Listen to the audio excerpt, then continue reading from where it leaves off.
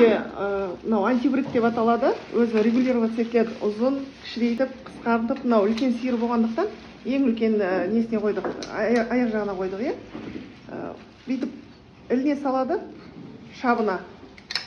Өздеріңіз регулировать етіп аласыздар, мінекей шабына іліне салады, сонда сиыр ешқашанда теппейді. Аяғын көтеруге мұршасы келмейді.